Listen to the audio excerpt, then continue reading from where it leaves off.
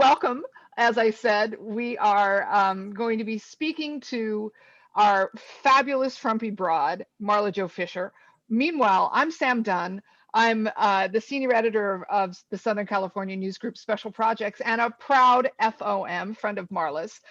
First, before we say anything, I want to give it a shout out to our many Reader Rewards attendees tonight. You are automatically entered into a drawing for a $50 Fandango gift certificate. And what you need to know before we start this whole show is all of you who are attending are muted to allow for as much Marla as possible.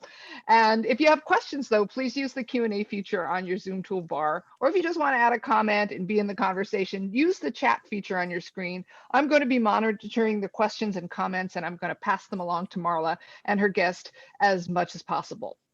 Just so you know, this session is videotaped and a link will be sent to you and posted at scng.com/virtual events. And it's also going to be on our SCNG YouTube channel.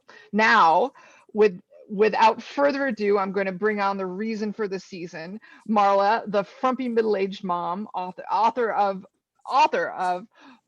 Frumpy Middle-Aged Mom, Dispatches from the Front Lines of Motherhood. She's having some audio difficulties right now, so we're going to see how this goes. Marla, take it away. Hi, people. You have the exciting experience of being in my bedroom right now where I'm walking with my phone, trying to make this link work properly. So isn't that exciting? I would turn the phone around and show you my bedroom, but really, trust me, no one wants to see my bedroom. So anyway, the reason that we're here right now, and I hope I'm not talking too loud, but is to talk about travel. And I'm here with my friend Teri Sforza, who's been my friend for many, many years. And a lot of you know her from the Watchdog blog and as a Watchdog reporter. And she's the one that lets us know about, nuclear explosions and drug rehabs and all kinds of stuff like that. But here's the thing that you don't know about Teri. Teri quit her job and traveled all around the world back when, she had the ability to do that thing before she had a ton of kids. And so I invited Teri to come on here because we used to tell so many stories sitting around getting drunk together that I thought it might be kind of fun to sit here and talk about travel. And the other thing about travel that you need to know about Teri is that she turned me on to a certain cult, a certain travel cult that does not include the ashram that she stayed at, which she might tell us some stories involving the ashram. But I wanted to go to Africa and I wanted to go on a safari. And I asked her, so how do I go to Africa and go to a safari? And she just looked at me very dismissively and rolled her eyes and said, get a Lonely Planet. And see, at the time, I didn't really even know what a Lonely Planet was. I had no idea what she was talking about. Well, this is a Lonely Planet. This is the exact Lonely Planet that I used to go to Africa. Okay, I'm lying. This one's actually for Mexico, but I couldn't find the one for Africa. So, but the thing is that these guidebooks in particular are not your ordinary guidebook. They're not the kind of guidebook that says, here's all the information you need to know about this museum. This guidebook tells you, go down to this corner and stand on this corner, and that is where you catch the bus to Puerto Vallarta. So it's an in-depth way to learn about how to travel on your own through countries that terrify you. So what you want to do is anytime you want to go anywhere, you want to get your Lonely Planets. And Teri would never even let me borrow her Lonely Planets because she's got a Lonely Planet for every single country in the entire planet. And she keeps them for maybe she's a hoarder, I don't really know, but she keeps them forever with all her notes in them. And so the first tip I'm going to give you today is to get a Lonely Planet. Teri, how many Lonely Planets do you have? Electronic ones or printed ones? Oh, do not be asking me these kind of panty-ass questions. Just answer it. A lot, many of them. But the reason why you can't share a Lonely Planet is because it changes every year. I mean, like the specifics are, if you go to this corner, find, Miguel with the earring, with the dolphin earring in his left earlobe, and he's the best guide to take you to wherever. I mean, it's that specific, and it changes because, maybe he changed his earring or something. So that is why you don't share Lonely Planet guidebooks. You have to update. I mean, I have no stock in Lonely Planet. I have never written for Lonely Planet. but it is the Bible as far as I am concerned of independent travel. And I, after now almost 30 years, I remain a devotee. Yeah, it's just fabulous stuff. So Okay, I have to interrupt you for a second because I'm so excited to announce that I was able to just put some headphones in and now I can actually hear what you're saying. Okay, so that is that's a very good way to keep on going with the Zoom, because I don't want to be one of those old ladies that's on Zoom. If you're an old lady, I'm sorry, but I'm not. Look, we're all my hair magically turned red again. But so I don't want to be one of those old ladies that keeps going like, can you hear me now? Can you hear me now? So now I can hear everybody on the Zoom. So let me just get to this. Is anybody, Samantha, or I don't know, is anybody looking at the chat? Because now that I'm on the phone, I can't Yeah. see the chat. Yeah, we're looking at the chat, and one of the questions that has come up, there are lots of I love you comments, believe me. But one of the big questions that's come up, everyone's happy to see you and Teri together. They want to know where the best place is to get the Lonely Planet. And Teri, you had mentioned the digital version, so if you could speak to that. Yeah. Well, I mean, coming into the 21st century, yeah, you can just download on Kindle or something your guidebooks, and that way you don't have to lug around. And that's the thing about the Lonely Planet books are like, as big as your head, they're as thick as your head, and they're heavy to carry around. And what I used to do is, like, when I would finish a city, I would rip that out and throw it away to just make the weight of the book go down. So you download it from, you could any online bookstore, and that would be my No, recommendation. here's the thing, if you're going to get a Lonely Planet, if you're going to get a guidebook like that, you need to buy it from Amazon. Okay. And the reason you need to buy it from Amazon is if you buy it from Amazon, it will be in a Kindle format where you can read it on your Kindle. If you buy it from any other online bookseller, they send it to you as an EPUB book, which sucks, believe me, because I did that. I made that mistake. I bought it from Lonely Planet directly. But I just want to show you this. Okay, this is my Amazon Fire that I paid $69 for. Okay, it's basically like a cheap, crappy iPad. But the advantage is that it was very cheap. And if you lose it or something happens to it, you can get another one, right? You didn't invest hundreds and hundreds of dollars in it. And that's what I download all my Kindle stuff onto. And then believe me, it's a lot easier to bring this little thing along than it is to bring a big print book. Now, however, I often buy the print book and I buy this one, and because I'm obsessed. And the advantage of that is it's way easier for me when I'm planning to go through the print book, because you're just flipping through it and finding exactly what you want right away. But anyway, and we exhausted. But anyway, Amazon, Barnes and Noble. You can, if you want to buy a print one, you can. I would say the big retailers are the places to find those. And we exhausted the subject of Lonely Planet at this point. Mm-hmm. Have I convinced you to go buy a Lonely Planet? Yes, you convinced me. All right, so people have asked me a few different travel questions. I was trying to explain to Teri what this is all about, because she just wasn't really sure if she was supposed to tell you about the time she got groped in the ashram, or exactly what we were going to be doing here. And I told her that that you guys want travel tips. I mean, you want to know actual stuff. So because between the two of us, we've spent a good chunk of our life traveling. And so what do we have here? I'm looking. Okay. Oh, thank you. She has the same tablet cover. The travel color was cool. Oh, and Mary wants to hear all the embarrassing stories. And actually, Teri has many more embarrassing stories than I do, because she's very good at embarrassing herself. So do you want to hear the ashram story? Oh yeah, you guys are muted. Okay, let's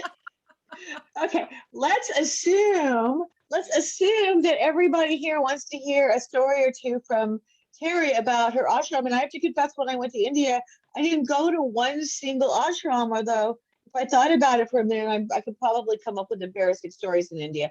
Oh yeah, when we got onto the train and discovered an entire strange family was sleeping in our bunks. That was not, and they had even chained their suitcases down so that nobody could steal them. So we had to like kick them out of our bunks, and that was very weird and embarrassing. But Terry's stories are better actually. So the ashram story is what gave me the idea for this, because she told me the story more than once, and we've all been drunk, and I forgot to bring my wine in here with me. But do you think you could tell that story without the wine, or do you have wine? I have wine, and I've got a couple of Let's see ashram. the wine. So you want is this okay? It's a big giant Yes, glass. that's acceptable, right? It's Okay, you a guys, Marla inspired mentally glass. show me your wine because we can't see you. Okay. Okay, so there's a couple of ashram stories. So I'm going to tell, you want me to tell the molesting ashram story first? I can do that. So I was in Rishikesh, which is a very holy city up in the Himalayan foothills, which is where the Ganges, which is, you know, a very holy river, comes tumbling down from the gods. And you know, I was, you know, I'm not a religious person, but I'm very curious about religions. And so I was learning. So I was staying in this ashram, and you have to sort of ask permission to come, and you have to, you know, be all humble and stuff, which, you know, I'm so good at. And so I was in this ashram, and I was, you know, you get up at like 6 a.m. and you're, you know, trying to learn how to meditate, which was like, you know, you just like breathe, right? And you're sitting there in a big room, and everybody's breathing, and you're just watching everybody breathe. I wasn't good at it. So I go to the yoga, and I'm not really very good at the pretzel. So this yogi, this young monk said, hey, I can give you some private yoga lessons. Like, right. So the bing, bing, the little bell should have gone off. I'm like, oh, that's great. Yeah, I'd love to do that. So I wound up going to there was a little hut. There's a little yoga hut. And I mean, without going into too much detail, you know, I was in these pretzel positions on the floor, and this monk was on top of me, and it was extremely, it was not past desire, let's just say. It was very weird. And I, you know, but I was still sort of young, and I sort of, you know, you didn't want to, I don't know, you know, what if I was wrong and misinterpreting things? Like now I would have punched him square in the jaw, but I was still sort of anyway. So not even the monk is really, you know, you don't take a private lesson from a monk is, I guess, and you know, that's one of them. I have another. Just stop me if I'm telling too many ashram stories. There's also the sweat lodge ashram story. Have you ever heard that one? Wait, what? They have sweat lodges in the country of India? Yeah. Okay. So that's the first. My brother had a sweat lodge at his wedding, but it was here in the United States. We were at another ashram I was with my friend, my writer, foodie friend, Pascal Le Draulec. And we went to this ashram. It was an ashram near Calcutta. And there was a Native American sweat lodge thing, which doesn't make any sense because this was an Indian ashram, a Hindu ashram, but they had the Native American sweat lodge, and they told us, okay, take off your clothes.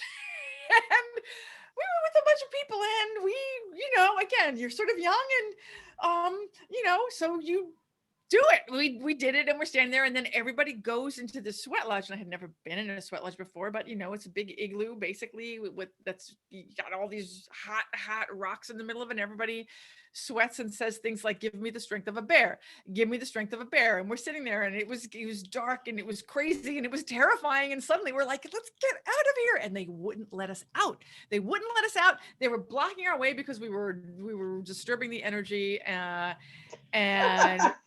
we basically, you know, NFL over them, and yeah, we knocked them over, and we ran out and put our clothes on and ran away. But it was, oh my God.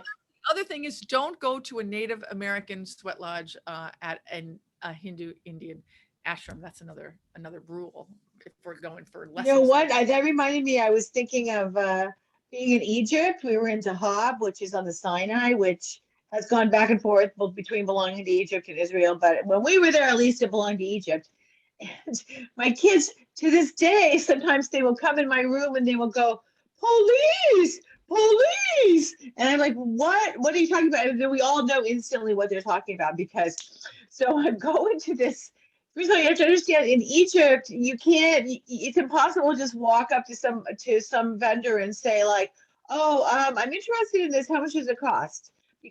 and then they won't answer you. What they do is they take you into their room, into their store, and they make you sit down, and then they brew you some mint tea. I'm not kidding. I wanted to buy a pencil. It was a pencil, people, and I had to go sit down and have mint tea with this guy, right? But in this particular instance, Cheetah Boy wanted a sweatshirt. It was it was like an Egyptian cotton sweatshirt. And Egyptian cotton's supposed to be very good, right? So he saw this sweatshirt and he's like, Mom, I like the sweatshirt. Can I have it? And so I asked the guy, I'm like, how much is this sweatshirt? And I'm thinking like, okay, we're in Egypt where they actually make the cotton. So how much could I actually cost? Maybe 10, 15 bucks, right? And so the guy, of course, will not answer me. He makes me go into his tent, sit down. He starts brewing the tea. And I'm like, really, honestly, I just wanted the sweatshirt. Can you please just tell me how much the sweatshirt is, right? And so he looks at me and he says, $70. And I said, what? And I actually got so angry that he was trying to rip, that he was ripping me off so egregiously that I just got up and I'm like, I'm out of here. And I start stomping out and he blocks the doorway of the tent. He won't let me out. He realizes he is severely miscalculated, right? And then he's backpedaling and talking to me and like, no, madam, no, madam, no, madam, and he's going on and on and on. And I'm like, let me out of here. And he won't let me out. And finally I just started shrieking, police, police.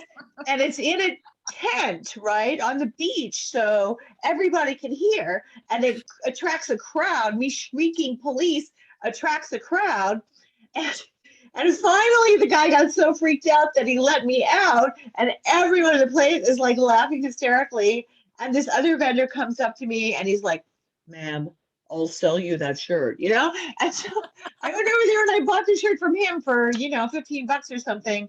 But to this very day, my children have never let me forget that. And whenever they think of it, they will come into my room and say, police, police. So I don't know. That was just a random memory. Do we have more questions? Yes, in fact, we do. We have a number. One is a very pressing question from Mary Platt, and she wants to know who belongs to the kitty tail that is parading in front of Teri. Please show us the kitty if you can. Okay, first of all, before she butts in, I just have to say I knew that Mary Platt would ask that question because she's a cat maniac. Okay, sorry, go ahead. Say hi, Boots. That's Booties. She's a pain in my butt. She's always all over my desk and with the face and yeah, but I have no door in my office, so I can't keep her out. But yes. Hi, Boots. Okay, on to the next questions. Anonymous asks, in one of your columns, you told about a trip up the coast in Northern California. I'm guessing it's Big Sur. You said it was expensive, but there was a lot to do for the kids. We were just talking about this at lunch yesterday. Can you please tell the name of the place? And they hope you can figure it out from what was said. Okay, so I assume you're talking about Big Sur. I mean, we've been a number of places up the coast, but let me tell you a few things. Okay, first of all, I am not revealing my super secret campground because I'm sorry, if I told you that, I would have to kill you because it is very small. It only has 32 places, but I'll tell you a couple of other good ones. Okay, there's a place called Fernwood, and they have motel rooms and cabins and campsites. And here's the downside of Big Sur Fernwood is that it's always really booked. So you have to get either a last minute where somebody canceled or you have to book it like a year in advance. So right now you could think about Fernwood for next year. Okay. Unless you were going into off season, which you can't do because you have kids, because when you have kids, it's hell because you can only go during the summer. Right. But Fernwood is a really good one. And here's the advantage of Fernwood is you don't have to cook, right? They have a cafe there. So, you don't have to cook for the doggone kids. You can just take them up to the cafe and feed them. But Fernwood does have music sometimes on the weekends. But Fernwood is a really nice place to stay, and it's directly across the street from the Pfeiffer Big Sur State Campground, that big gigantic campground that nobody can ever get reservations for, and where they don't enforce the quiet hours. So I hardly recommend Fernwood because they actually do, and of course the cafe. Yeah. Excellent. And so the next question, last question we have for the moment is, I guess to both of you, what is the best source for finding guest houses to stay in? All right, so I want Teri to answer this one because there's when we're talking about guest houses, we're talking about two different things, right? One is we're talking about rental houses, the houses that you could rent, and the other is what the thing that I like to do, which is to stay in guest houses, which are lodgings that are run by a family. So I enjoy staying in guest houses because I get to know the people involved, and they're usually cheaper and they're unique, right? It's not like, I mean, the Hyatt and the Marriott have their own thing going, but when you stay in a place like that, it's unique to the place. I'll give you an example. We were on San Clemente Island in the Galapagos, and we stayed at this wonderful little guest house that was half the price of the other types of lodging.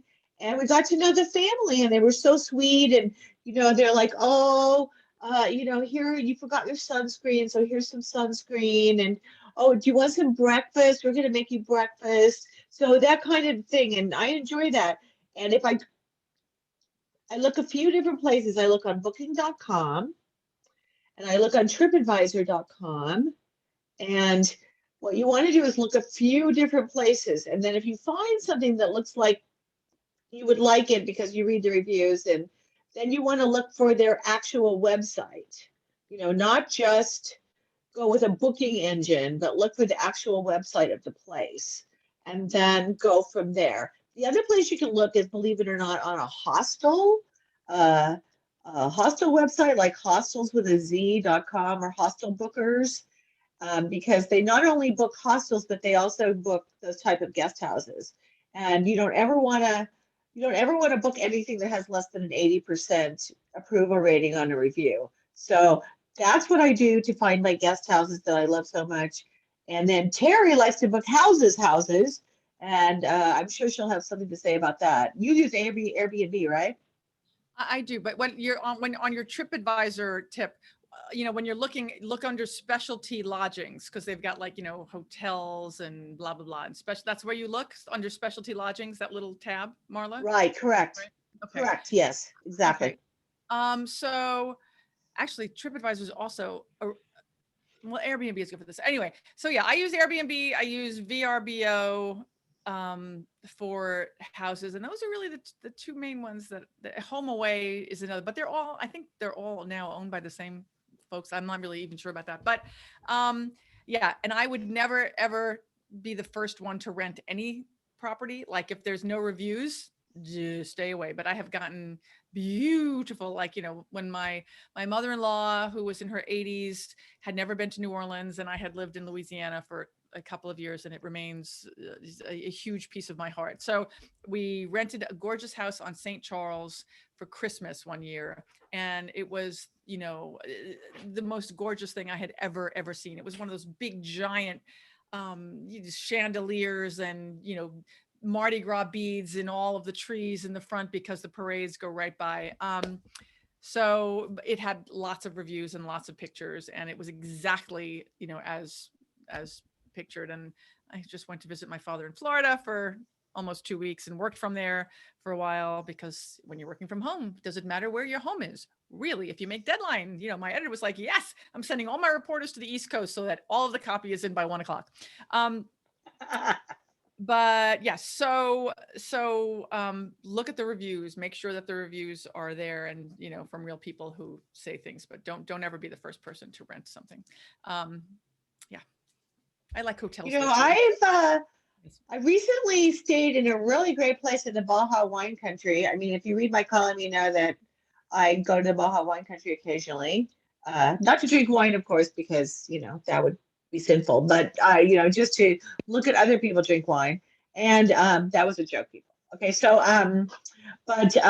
yeah, I found like it was absolutely incredible, because what's happened with the Baja wine country, for those of you who've never been there, is it used to be really cheap and fun to go there because it was very casual and they didn't take themselves too seriously. It wasn't like going to Napa where it's $400 just to get a glass of wine there now, and everybody's very pretentious. But now it's been discovered, right? Now, whenever the freaking New York Times writes about anything, that's the end. Your life, your life going to that place will never exist in the same way again, right? So now the New York Times has written about the Baja wine country. So everybody's writing about it now. So now everything got really expensive. It's like, holy crap. So it's just absolutely ridiculous to stay there now. I mean, they think they're like mini Napa or something. So it's harder than you might expect to get a place to stay that's affordable in the Baja wine country. But this last time I was there, I actually found it on booking.com because booking.com has started booking houses now, like, rental houses. And I found this rental house on booking.com, and it seemed like there's got to be something wrong with it because it's so cheap, right? It's like, how could this house be that cheap? And it was like a third of what you would expect to pay. But I just closed my eyes and went for it. And we got there, and it was awesome. We had a little trouble finding it because it's all dirt roads there. But once we found it, it's right off the main drag. It's right near the best $1 taco place. There is a fantastic bakery 2 doors down. And, it was just wonderful. So check booking.com because you can find that kind of stuff on booking.com now. I think all those travel companies are all owned by each other now anyway. I'm not even quite sure about that. Marla, I'm just on because we have another question that would be great for you guys to both answer. Would love to hear your tips or what you've learned about traveling in countries where not only is the language different, but the alphabet is not similar. How best ways to navigate around. Okay, well, I'm going to throw this one to Teri. I'm throwing this one to Teri, and the reason is that she adopted 2 beautiful girls from China, and she's probably been to China about 387 times at this point. So she knows all about that. Teri, how do you get around in a country where you can't even tell the alphabet? Oh, it's not that hard. This is the everyone smiles in the same language kind of thing. I mean, learn a few words, right? Learn how to say hello and where is the bathroom in the language of the country you're going to. It doesn't matter, ni hao, wo jiao Teri, zainar, the bathroom. We know where is the bathroom. Those are the things you got to know. But you point and you laugh and you smile, and that's never failed me. And I mean, when I was in India, you're in these tiny little towns, and I mean, English is one of the languages, the official languages of India. But you go back into these little villages, and people don't even speak Hindi there. They're speaking some other language or some dialect, and you point. And they point and it all works out, and it's really a matter of just being open to experience, because people will help you. There is this is how they make their living, right? And they'll be happy to help you. There's always people who are happy to help you. So and now, and this is the technology thing, you've got your Google, you have your phone, you type in what you want to say, and then it can spit it out in any language you want. And if you can't actually say it because it's in another alphabet, you can make it talk for you. So I think that there really aren't any barriers anymore. They just don't exist. So go everywhere. And I think this is really one of the main reasons that people are afraid to travel, in foreign countries or also in downtown LA. I think because people are speaking all these different languages, and they don't know how they're going to be able to get around or how they're going to be able to communicate. And okay, we can't pretend that there's not going to be communication problems, because there totally is communication problems, but that kind of makes it fun. I mean, it makes it exciting, and then you have this tremendous sense of satisfaction when you manage to convey the fact that you need to find the bathroom to someone in Morocco. It's like, wow, I found the bathroom. This is so exciting. So you have to have a little bit of a tolerance for frustration. I was telling Teri that about my adventures looking for feminine hygiene products in various countries. And what I would recommend in that regard, ladies, is if you just bring your feminine hygiene products. Do not be wandering around Mexico City like me trying to find a feminine hygiene product, or on the Masai Mara. in Africa, right? So, but definitely, I told the story before, like when I was in the Cairo airport trying to get on the plane, and the security guard at the gate pulled out one of my tampons and was waving it around, and he kept saying, "What this?" He was very not a nice person, and he had a big gun, and he was kind of terrifying. So he kept pulling my tampon out. Apparently, he'd never seen one before. I think ladies there don't really use them. And so he'd never seen a tampon before, and they definitely do not have tampon commercials on TV there. I promise you that. And so he's waving this thing around and shouting, "What this?" And then he rips off the paper wrapper, right? And he pulls out the cotton. And I am, of course, flaming red at this point, and everyone in line behind me, also waiting to get into the gate, is like shaking with suppressed laughter. My children have now fallen on the floor. They're laughing so hard. And I just keep saying, like, "Lady thing," because, of course, I don't speak any Arabic. So I'm just like, "Lady thing. It's a lady thing," right? And because usually the way I get around in foreign countries when I can't speak the languages, I demonstrate, I use my hands to demonstrate, the use of the thing that I'm looking for. And, it really doesn't work. I mean, it works when you're asking for a fork, but really when you're trying to describe feminine hygiene products, it just does not work. And so I actually was starting to sweat and thinking maybe they wouldn't let me on the plane because of, illicit bomb hygiene products. And then finally some guy who appeared to be a boss comes up and whispers in his ear, and the guy just grunts, "Oh," and then shoves the whole backpack back at me, and I went on my way. But I don't think I stopped blushing until after the third margarita on the plane. So yeah, so things happen, you do have communication problems. I've jumped up and down trying to simulate something going wrong with my car in Baja before. I've been in some very silly situations, but there's a certain sense of accomplishment when you do manage to, convey that you want the spaghetti without the meatballs instead of the spaghetti with the meatballs. Yeah. Although I should ask Teri about that also because, she's Italian. Teri has a castle named after her in Italy. So if you ever go to Milan, make sure and go visit the Sforza castle, right? That's Right, my Teri? my own castle. Yes, there it is. Well, we've got Teresa Elders over here talking about how she would be in countries like Uzbekistan and in Asia where she couldn't read the menu in a restaurant, and she'd go in and point. And there was a time where they actually took her into the kitchen to show her the food, and you just point. And so, yeah, I mean, I think there's there's a lot of I don't know, bonding to be made over the lack of language. I have my own sort of silly little language story. It's not even language. When I was in India, I had to go. One of my friends was flying in, and I needed to get from like Udaipur back to New Delhi, and I needed to get on the train, and they have some tickets set aside for tourists, but it was all sold out. And I was like, I went, they let me into the train, manager's office. And I said, I have to get on this train. I have to get on the train tonight. I have to, da, da, da, da, da. And I'm like, "Can you do it?" And he went like this. Now, in my country, it doesn't mean anything. I'm like, "What? Yes or no? Yes or no?" And he did this. And I was getting irate with him. "What do you mean? What do you mean?" "That means yes. It means yes." And I didn't know it. And I was giving this guy such a hard time.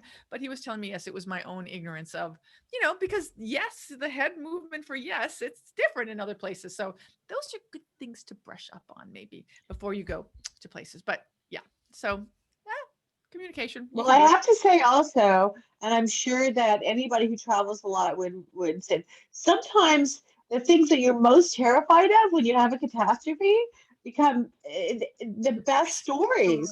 Those are the ones that you tell about. You tell about being molested by a monk in India. You know what I mean?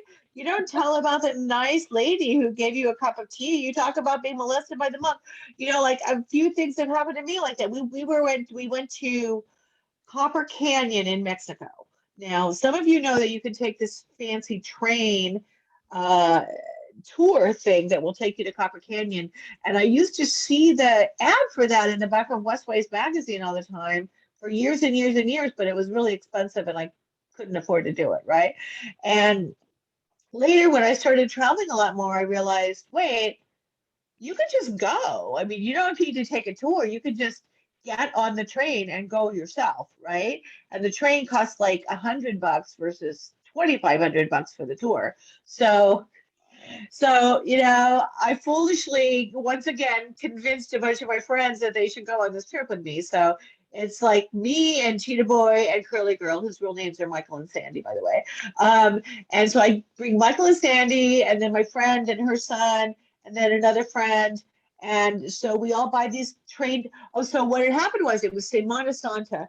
And when you go to Mexico and for Semana Santa, which is over Easter, you really have to have reservations everywhere because everybody travels, and especially they go to the beach, right? And so I had emailed the owner of the hotel we were staying at overnight on the way, and I was like, could you make us reservations to get on the Copper Canyon train? Because I wasn't able to do it remotely. And so this is a tip that you could do. You can ask your hotels to do stuff like this for you. And so he's a very sweet guy, and he went over to the train station and made reservations for us. So going into the canyon, we had reservations, which we needed. And then we get to the canyon and we have these we found there's like a company in the canyon that will take you on all these adventures and do all these cool stuff, right? And, I almost died riding in the back of an ATV with my 15-year-old son. And we just had like a lot of fun. And they did this zip line. Oh my gosh, if you're a zip line fanatic, it's worth going there just to do this. I would never go on that zip line in 100 gazillion years because it's terrifying. But they had a lot of fun doing that kind of outdoorsy activities. And so then after a week, we're going to leave, right? Well, what had really occurred to me was that I needed to make reservations to get out of the canyon, right? I just figured, well, everybody got in, they must have room for them to get out. Ha ha ha. And we have to go on the train that day because there's only one train out of the canyon. There's no other way to get in and out of the canyon, and so and we had to be back so we could catch our plane the next morning. So we go to get on the train, and I go to the little station, and the guys, I'm speaking to him in, tourist Spanish. And I'm like, we need 6 tickets. He's like, no boletos, no tickets. And I'm like, no, we have to have the tickets. He's like, no boletos, right? It was like he was taking a nap or something and we were interrupting him, And so I'm just like, I'm flummoxed. I don't know what to do. So I run around and I ask other people, do you have boletos? And they're like, sí, boletos, right? And I'm like, crap. So then I run around and I'm like, is there a bus? Is there another way to get out of this canyon? And like, it turns out there's no other way to get out of the canyon. And so my friends, now here's the thing, I only travel with people that do not freak, okay? It's a rule. If you're going to travel with me, you cannot freak out over stuff. But I sort of could see that they were dying to freak out. You know what I mean? You could see that they maybe had to go to the bathroom and their foreheads were starting to get creased and their eyes were getting big. And I could tell they were starting to severely panic, but they were being cool because they were cool people. And so I'm like, oh my God. I don't know what we're going to do. How are we going to get out of the canyon? And so finally I just decided, you know what? We're just getting on the train. And my friends are like, what do you mean we're just getting on the train? We don't have tickets. And I'm like, I don't care. We're just getting, when the train comes, so we're getting on it. Because my experience in Mexico is that they love families and they love moms and they love kids. And they're never going to throw mothers with children off the train. And I'm like, and if the conductor comes, we'll just hide in the bathroom. I mean, we'll just do whatever we have to do. But the bottom line is we have to get this train out of this canyon. And they're all like, oh no, she's doing it again, right? So, but they listen to me, and so the train comes, and we get on the train, and here's a clue. There was plenty of seats. So we sit down in one of the many open seats, right? And the train starts moving, and I'm like, yay, the train is moving. They are definitely not going to kick us off the train, right? Then the conductor comes by and I'm clenching up because, he's coming very slowly looking at people's tickets down the way. And, it's like even my rear end starts clenching up as I'm wondering what's going to happen when he gets to us and we have no tickets, right? So he gets up to us, right, after like 20 minutes of agony of me watching him come down the compartment. And I'm like, necesitamos comprar boletos. We have to buy tickets, right? And he's like, oh, okay, you can buy tickets, right? So he sells me the tickets right there on the train. And the kids were half price. When we came over, the guy didn't even tell us that the kids were half price. So, this is what happens. You're so scared of things and you panic and you freak out. And guess what? It all works out fine. It's all fine. So this is what I will tell you if you're going to travel and you're nervous. You should be nervous because the nervous is excitement. It's like stage fright before you go on for opening night. And then you go and you do it anyway and you discover, wow, that was really cool. So that's my story. Are there any other questions or are you guys sick of us? People are never sick of you, by the way, so don't even, but we do have a limited time. The question was, who was the Teri Sforza that came on the screen? I'm assuming, Teri, you gave the link to a friend of yours, and we had a interruption here. That's all right. Don't look at the man behind the curtain, everyone. Just don't look at them. I think there's a question about your book signing, where people can get your book signed again. But before you answer that, can you please just tell us a little bit more about what your upcoming trip to Greece is going to be like and how you have successfully determined how to navigate that landscape, given your condition? Okay, well, as probably because if you bothered to get on this page right now, I'm very gimpy right now because I've been going through a lot of chemotherapy and it's made me very sick. So the moral of the story is never have chemotherapy. Just kidding. Don't, have chemotherapy, but the bottom line is it doesn't stop me from traveling because I don't want to clean my house.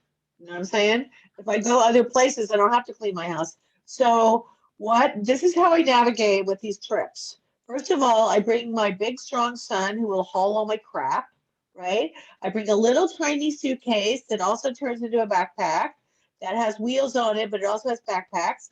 And even if you don't have a big, strong son, you can usually find someone to haul the stupid thing around for you. And make sure it's very small. And then when we get to Greece, I'm actually going to take a sleeping pill on the way over to Greece. I've never actually done this in my whole life, but I'm going to take a sleeping pill on the plane. Shh, don't tell me. But they actually are prescribed for me because I got a lot of stuff prescribed for me that I've never taken, right? It's all just in my cabinet. Come on over, I'll give you a handful.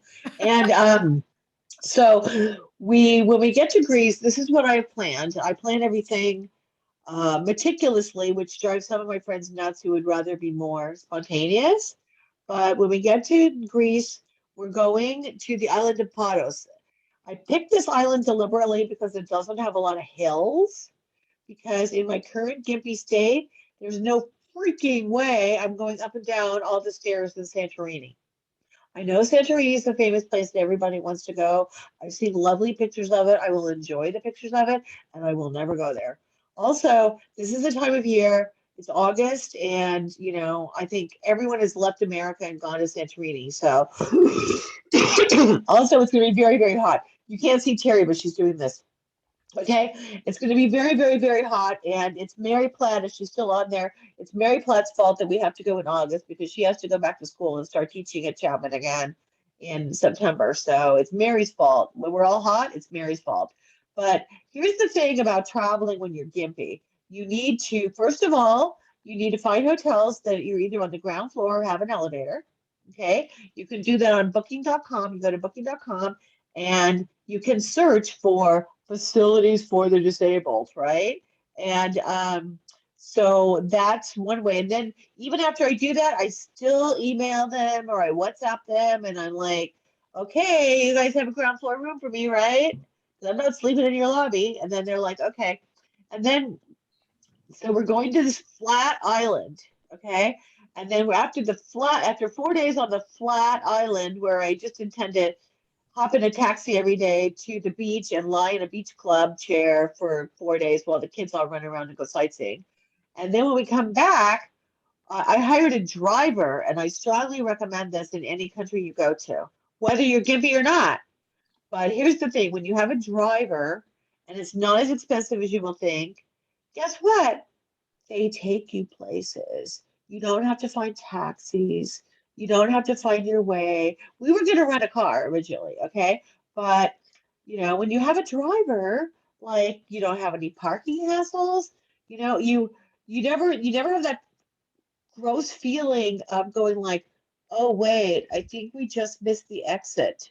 And then you're like, then you have to drive for 47 more miles because you can't figure out how to turn the car around.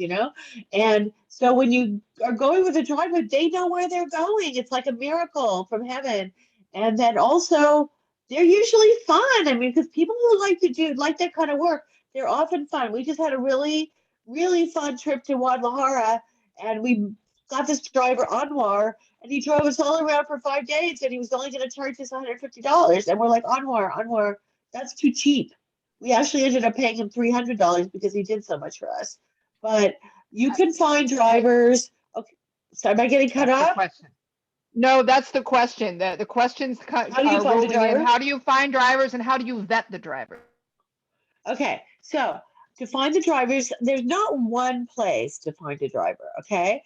But like if you go to tripadvisor.com and you look at the community forums, or you go to Facebook and you find a community forum for the place you're going to, or you can look at your Lonely Planet, and sometimes they will list drivers, and you find a person who looks good, okay? I'll give you an example. I found Michael the taxi driver, and don't steal him before I do him, okay? Michael the taxi driver in Greece, in Athens. He had 500 good reviews. So that's the answer of how you vet them. 500 people like Michael the taxi driver, okay? And he's charging us well, originally he was just he goes around Athens, right? So you hire him for like day trips around Athens and stuff like that. But I actually messaged him and I'm like, "Hey, Michael, we want to go to Delphi and we want to go to Meteora, which are two important tourist destinations. We were going to rent a car, but would you be willing to drive us there? And maybe stay over like 2 nights?" And so he messaged me back and he's like, yes, I would do that. So after a little back and forth of discussion, basically, I'm going to pay him 850 euros to take us all around Greece, everywhere we want to go in Greece for 5 days. And that is compared to the 300 euros we were going to pay to rent the car, plus all the parking, plus all the gas, plus all the tolls, plus other stuff that I suddenly forgot. But anyway, it was going to be really, I know what. In Meteora, I was going to hire private tours to take us around places that were going to cost a couple hundred euros because I'm too gimpy really to go on a regular day tour with people. So it's not going to cost that much more. And I think it's going to add so much to our trip. And also, the guy sounds really fun. When you're emailing back and forth with somebody, or if you've ever used WhatsApp, it's an app you can download where you can actually talk to people, right? It's so much more fun to have a person, it's like having a local who's your friend, except you pay them, but they enjoy their job or they wouldn't be doing it. So I found Michael on TripAdvisor. And then if you Google around, you can usually, a lot of times these people have their own websites. Now, another place you can find these kind of drivers and guides is called getyourguide.com, and then Viator, Viator.com. Those are two other places to look for guides specifically. But what I do is they have to pay a big commission to those websites. So what I do is if I find a person that I like, I Google around and I see if they have their own website. And then if I do, I book it through their website, and then they don't have to pay commissions to those big companies. Do you have anything you want to throw in there, Teri? Did you get a guide? Did you have a driver when you were in China, or how did you work that? Oh, no, I've been on some group trips to China and some adoption trips to China, and you're watched like a hawk. You're not allowed to Oh do. yeah, of course, Um, yeah.